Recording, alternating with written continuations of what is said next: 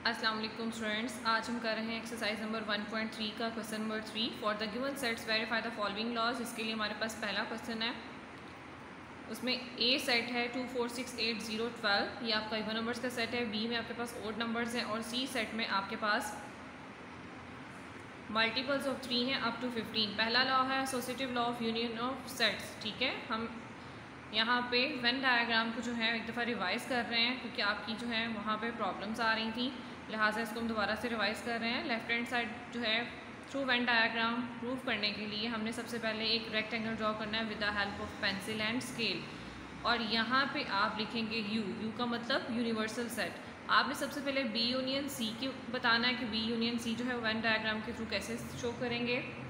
सबसे पहले आपने देखना है सेट बी और सेट सी में देखें कुछ मेंबर्स कॉमन हैं आपके पास 3 दोनों में कॉमन है, और इसके अलावा आपके पास 9 जो है वो बी और सी दोनों सेट्स में मौजूद है। और बी और सी में क्या हो रहा है, यूनियन हो रही है। तो यूनियन करने के लिए आप 2 सर्कल ड्रॉ करेंगे और दोनों सर्कल एक दूसरे को ओवरलैप करेंगे। ठीक है जी, ओवरलैप का मतलब क्या है कि इनमें कुछ मेंबर्स कॉमन हैं, और वो मेंबर्स कौन से थे हमने अभी डिस्कस भी किया है, नंबर 3 और साथ में इसके अलावा कौन सा था, 9। ठीक है जी, तो ये आपका बी का सर्कल है सेट का और ये सी का सर्कल है, दोनों में यूनियन हुई है, तो दोनों में यूँ आप जो है हॉरिजॉन्टल लाइंस लगा देंगे। ठीक है, और साथ में नीचे इसकी वर्किंग शो करेंगे, B union C is equal to जो आपने वर्किंग की है वो आप लिखेंगे। नेक्स्ट है जी ए यूनियन। अब आपने देखना है ए के मेंबर्स बी में और सी में मौजूद हैं। ए सेट के मेंबर जो हैं वो बी में बिल्कुल भी नहीं है, कोई भी मेंबर नहीं है, लेकिन ए सेट के कुछ मेंबर सी में मौजूद हैं। ठीक है, इस वजह से आपका जो ए का सर्कल बनाया जाएगा वो यूँ बनाया जाएगा, सी में से गुजरता हुआ, वो बी को बिल्कुल भी टच नहीं करेगा, और आप उसमें यूँ इस तरह से वर्टिकल लाइंस लगाएंगे। और नीचे आपने लिखना है A is equal to vertical lines आपने की। अब फाइनली अब बताएं A union bracket B union C is equal to, पहले आपने हॉरिजॉन्टल लाइंस लगाई, फिर आपने वर्टिकल लाइंस लगाई, और इनकी वजह से आपके पास ये जो है एक शेप आ जाएगी इस लॉ को। ये आपका लॉ कंप्लीट हो गया। अब हमने राइट हैंड साइड करनी है। राइट हैंड साइड करने के लिए भी आपने एक रेक्टेंगल बनानी है। रेक्टेंगल में यू लिखना है, यू रिप्रेजेंट कर रहा है आपके यूनिवर्सल सेट को। इसमें पहले ब्रैकेट वाला पार्ट सॉल्व करेंगे, A union B. A union B का मतलब है ए और बी दोनों आपने देखने हैं यूनियन हो रही है, तो दोनों के सर्कल ड्रॉ करते हुए देखिए दोनों में कोई मेंबर कॉमन है नहीं, कोई मेंबर आपका कॉमन नहीं है, क्योंकि ए में आपके इवन नंबर्स हैं और बी में आपके ओड नंबर्स हैं, लेकिन दोनों में यूनियन हो रही है, तो दोनों यूँ ड्रॉ होंगे। ए यहाँ पे आप ड्रॉ करेंगे और बी यहाँ पे। ठीक है जी, यानी ए और बी दोनों डिसजॉइंट सेट्स रहेंगे। रीज़न इसकी क्या है कि दोनों में कोई मेंबर कॉमन नहीं है। ठीक है, और इन दोनों में लाइंस किस चीज़ को शो कर रही हैं, इन दोनों में लाइंस शो करेंगी ए यूनियन बी, कि इन दोनों में यूनियन हो रही है। ठीक है, अब सी के मेंबर्स जो हैं ए में भी मौजूद हैं और सी के मेंबर बी में भी मौजूद हैं, लिहाजा सी जो है इन दोनों में से यूँ पास करेगा और इसकी लाइन आप यूँ वर्टिकली शो करेंगे। ठीक है, और नीचे वर्किंग शो करें। सी में आपने वर्टिकल लाइंस लगाई हैं। फाइनली आप बताएं A union B bracket union C, इन लाइंस के लगाने की वजह से, हॉरिजॉन्टल और वर्टिकल लाइंस लगाने की वजह से आपके पास जो क्रॉस बना है, चेक बना है, आप वो यूँ शो करेंगे। इस तरह से आपकी left and right side for the associative law of union of sets complete हो गई। नेक्स्ट है associative law of intersection of sets. इसमें आपके पास लॉ है A intersection bracket B intersection C. Left hand side prove करने के लिए सबसे पहले आपने रेक्टेंगल बनानी है, यू लिखें, रेक्टेंगल के अंदर यूनिवर्सल सेट को शो करें। ठीक है, अब हमने बताना है ब्रैकेट वाला पार्ट पहले सॉल्व करेंगे, बी इंटरसेक्शन सी।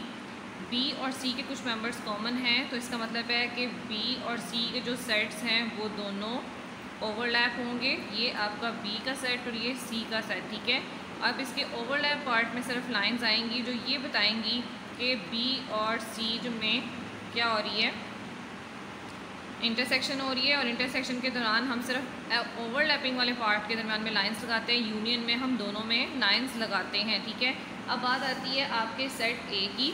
ए के मेंबर्स आपके किस किस में मौजूद हैं, ए के मेंबर्स जस्ट आपके ए में मौजूद हैं, और वो ए का जो सर्कल है वो सिर्फ ए को जो है कट ओवरलैप करता हुआ गुजरेगा, और इसमें आपकी वर्टिकल लाइंस आएंगी, और आपने यूँ ही बताना है ए इज़ इक्वल टू ए में वर्टिकल लाइंस लगाई हैं। क्या इन दोनों ने कहीं एक दूसरे को कट किया? दोनों लाइंस ने नहीं किया। अगर इन दोनों लाइंस ने एक दूसरे को कट नहीं किया है तो इसका मतलब है कि यहाँ पे अगर इंटरसेक्शन हो रही है तो दोनों ने अगर एक दूसरे को कट नहीं किया तो ये एक एम्प्टी सेट है।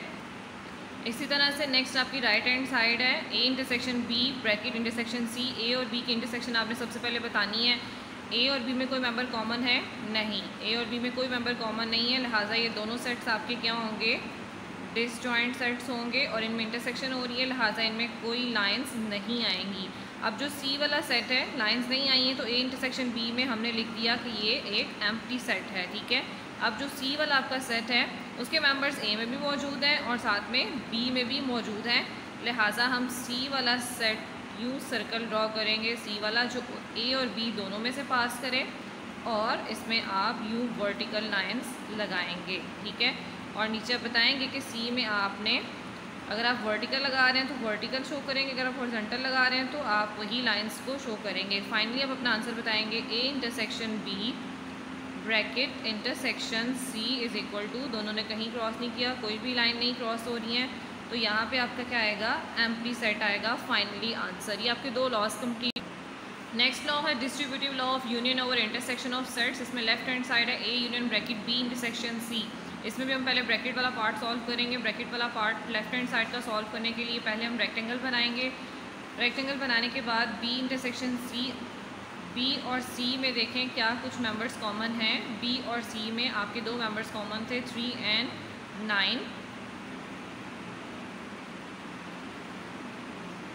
ये आपका बी का सेट सर्कल ड्रॉ होगा और ये आपका सी का सर्कल ड्रॉ होगा, ठीक है। दोनों में कुछ मेंबर्स कॉमन है, इंटरसेक्शन हो रही है तो यहाँ पे ओवरलैप पार्ट में लाइंस आएंगी, ठीक है।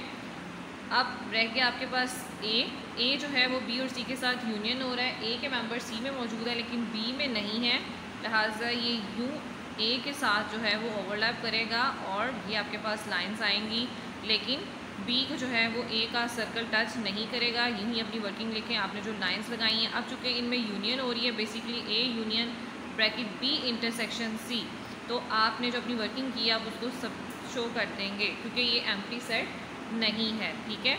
इसी तरह से आप अपनी राइट हैंड साइड की तरफ आ जाएं। यहाँ पे आपका लॉ है A union B bracket intersection A union C. आपने सबसे पहले ए यूनियन बी को सॉल्व करना है। ए और बी में कुछ मेंबर्स कॉमन हैं?